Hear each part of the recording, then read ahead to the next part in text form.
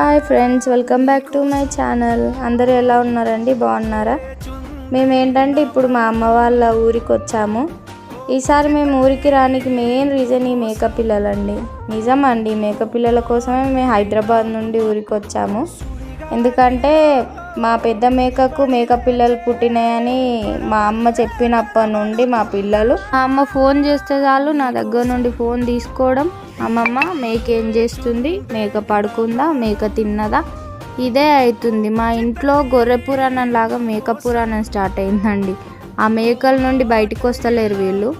ఒక్కసారైనా ఆ మేకలను చూపేయాలి, అప్పుడే ఊకుంటారని ఊరికి తీసుకొని వచ్చారన్నమాట.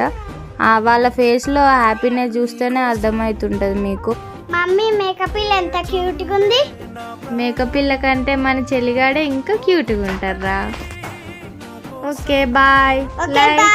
Like share